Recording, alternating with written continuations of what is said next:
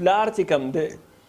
دی به خپل ښځې له خپل بچو له خپل مور پلار له خپل خویندرونو له هغوی له به څه ټایم ورکړي. نو زمونږ معاشره کې پلار غریب چې دی هغه خو جاړي په جړا جاړي چې زه خو د خپل بچو دپاره هر څه کوم او خو لکه بیا مې هم بچي چې دی هغه خپل نه کړل. د هغې بنیادي وجه دا ده چې یوازې پیسې خو نه دی که نه دغه تاسو چې څنګه ووایي تاسو خپله ماشومه اخلئ یا دغه کوئ دا خو ډېر ضروري دی چې مونږ خپل ماشومان کله کله په